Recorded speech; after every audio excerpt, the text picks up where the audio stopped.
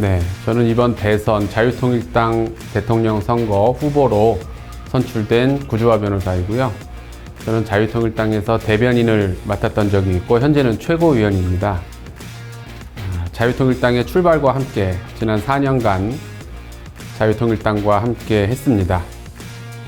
이번 대선은 많은 국민들이 생각하시기에 좌우의 대결이다 혹은 보수와 진보의 대결이다 라고 생각하시는데 실제로는 그렇지 않습니다.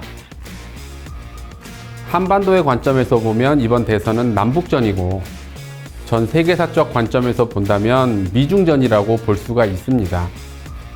즉 자유민주주의와 공산주의의 대결, 그리고 사회주의, 독재와의 대결이라고 볼 수가 있습니다. 그렇다면 여러분께서는 자유대한민국에 투표를 하시겠습니까? 아니면 북한, 중국의 공산주의, 사회주의에 투표를 하시겠습니까? 이런 관점에서 접근을 해야 될 것이고요. 자유민주주의를 지탱하는 최후의 보루인 우리 자유통일당이 그런 의미에서 이번 대선에 출마를 선언하게 된 것입니다. 그래서 제가 이번 국민의 선택을 받아야 되는 이유는 우리 정치가 지난 40여 년간 점점 양당 체제가 되면서 양당은 점점 부패했고 이 비리와 얼마나 추악한 실태를 우리가 계속해서 보지 않았습니까? 항상 분열과 싸움만 반복이 됐고 정말 국가를 위해서, 국민을 위해서 일하는 정치인의 모습은 우리가 잘 보질 못했습니다. 하지만 저는 지난 5년간 광화문에서 치열하게 종북 주사파, 반국가 세력들과 싸우면서 애국 시민들의 검증을 거쳤습니다. 그래서 지금 이 자리까지 오게 되었고요. 그래서 저희 자유통일당 이번에 끝까지 지지하여 주시길 바라겠습니다.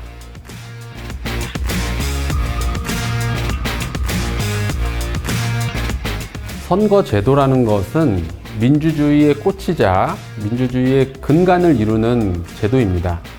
선거제도가 흔들린다면 민주주의가 흔들릴 수밖에 없는데 지금 대한민국에서 최근 5, 6년간 끊임없이 부정선거 의혹이 나오고 있습니다. 그 결정적인 원인 두 가지는 사전선거와 전자개표기입니다.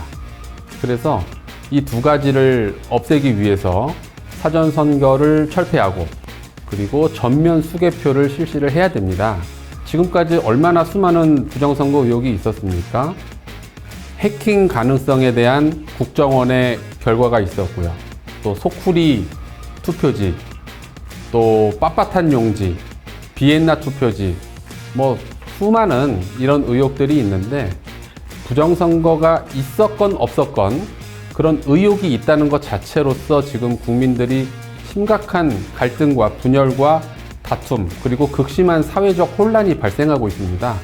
그래서 이런 사회적 혼란을 종식시키기 위해서라도 한 틈에 부정선거 의혹도 없는 그러한 두 가지 제도가 필요하다고 생각을 하고 있습니다.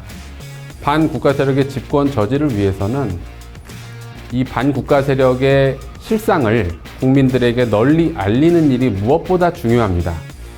실제로 전 대통령이 USB에 국가기밀을 담아서 적국의 수장에게 건네주는 충격적인 일도 우리나라에서 이미 벌어졌었고요.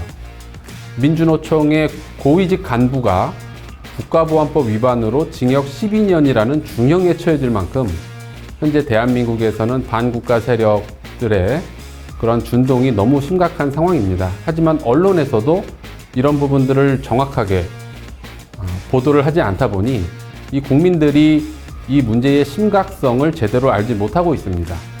그래서 저는 이번 선거에서 이런 반국가 세력의 심각성에 대해서 국민들에게 널리 알리고자 하는 목적을 갖고 있습니다.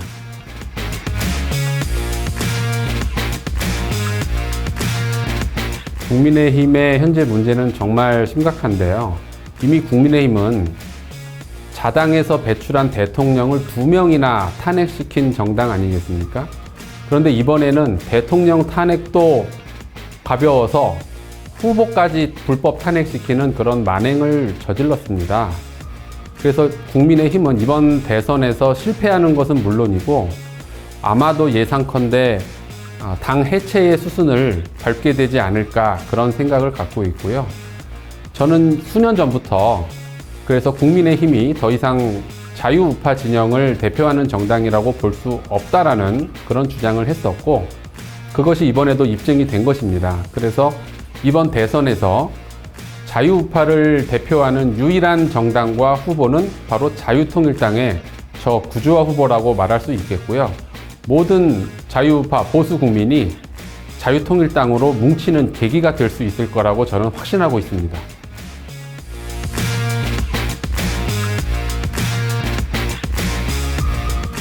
저는 이재명 후보의 지지율이 이렇게 높은 것은 언론이 이재명 후보의 그런 비리와 불법, 범죄에 대해서 국민들에게 정확하게 알리고 보도하지 않았기 때문이라고 생각합니다.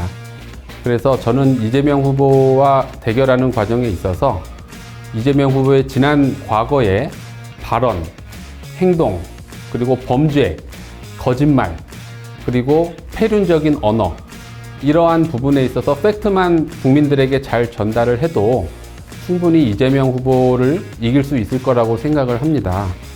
특히 이재명 후보는 최근에 대법원이 공식적으로 인정한 국민 거짓말쟁이로 밝혀지지 않았습니까?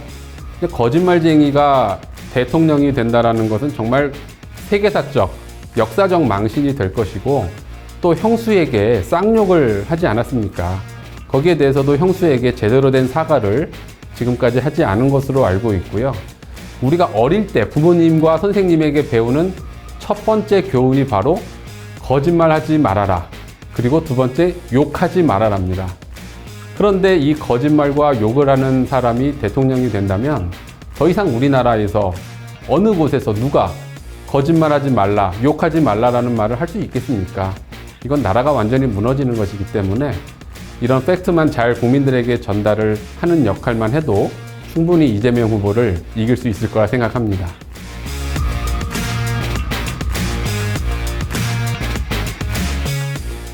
지금 우리나라 경제가 정말 어렵습니다. 저 또한 자영업을 하는 입장에서 그런 부분들을 느끼고 있는데요. 우리나라 경제의 위기는 결국 문재인 정부 때부터 시작됐다라고 볼 수 있을 것 같습니다. 반기업 그리고 반자영업 정책과 그리고 최저임금을 급등시키면서 우리나라의 대부분의 기업을 힘들게 했습니다.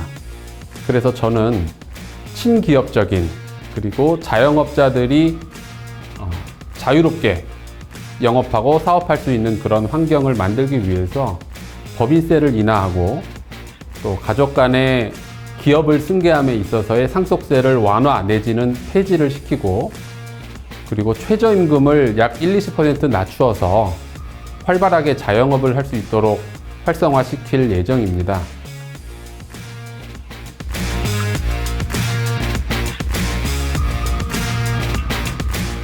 지금 아마 40대 남성으로서 이준석 후보와 제가 있는 것으로 알고 있고요. 이준석 후보는 정치 경력이 오래 쌓였고 또 여러 정치적 활동, 또 토론, 패널 경력을 쌓으면서 그런 정치적 노하우가 굉장히 훌륭한 후보로 알고 있습니다.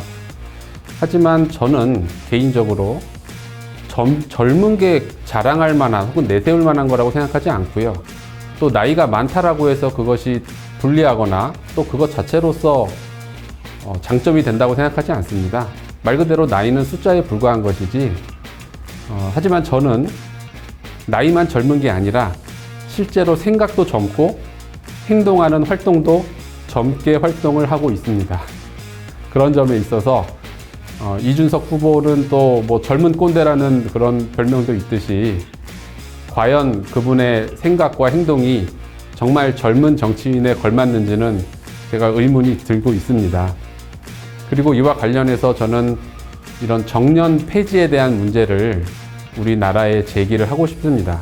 지금 이미 100세 시대가 돼서 건강하게 노년을 맞이하고 있는데 60세나 65세에 정년퇴직을 한다면 그분들의 노후 20년, 30년이 굉장히 불안할 수밖에 없습니다. 불안정해지고요. 그런 측면에서 건강이 허락되는 한, 또 우리 노년층, 장년층의 풍부한 인생 경험과 지식과 지혜, 노하우를 적극적으로 활용해서 국가에 활용할 수 있는 그런 정책과 방향을 저희는 고려하고 있습니다.